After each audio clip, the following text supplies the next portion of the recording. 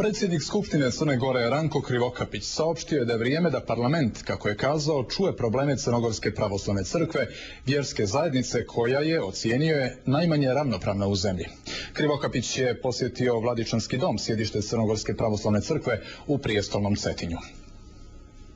Predsjednik parlamenta je nakon razgovora sa mitropolitom Crnogorske pravoslavne crkve Mihajlom u Vladičanskom domu podsjetio da je Crnogorska crkva ušla u parlament 2004. godine, a da je sad došlo vrijeme da i Skupština čuje probleme te najmanje ravnopravne vjerske zajednice, na što su, kako je rekao, trebalo da nam ukažu razne međunarodne organizacije u svojim izvještajima.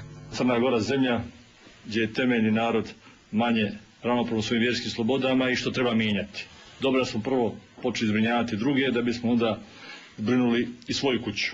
To pokazuje našu otvorenost, ali vrijeme je to završavamo i uvjeren sam da će vladavina prava doći na svoje i u pravima Crnogorske pravoslavne crkve. Ustav je to omogućio, kazao je Krivokapić i dodao da i od drugih očekuje da urade svoj posao. Da organi urade svoje i da država vrati sebi što je pripada, to je prije svega državna imovina, a onda da se svima omogući na osnovu toga da služe Bogu, na osnovu toga što im je država Crna Gora i Crnogorska pravoslavna crkva svojim trajanjem omogućila.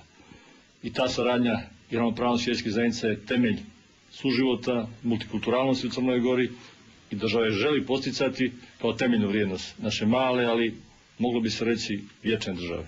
Mitropolit Mihajlo ocijenio je da je posjeta predsjednika Skupštine istorijski moment i za crkvu i za državu. Pravda je počela da dolazi i mislim ovog puta neće nikada ne izići. Mi smo na tom fonu i vjerujem da bi to prihvatila i vi kao predsjednik Skupštine Crne Gore, a i svi ostali koji će doći posle vas. Vi ste otvorili put za ove koji će doći posle vas.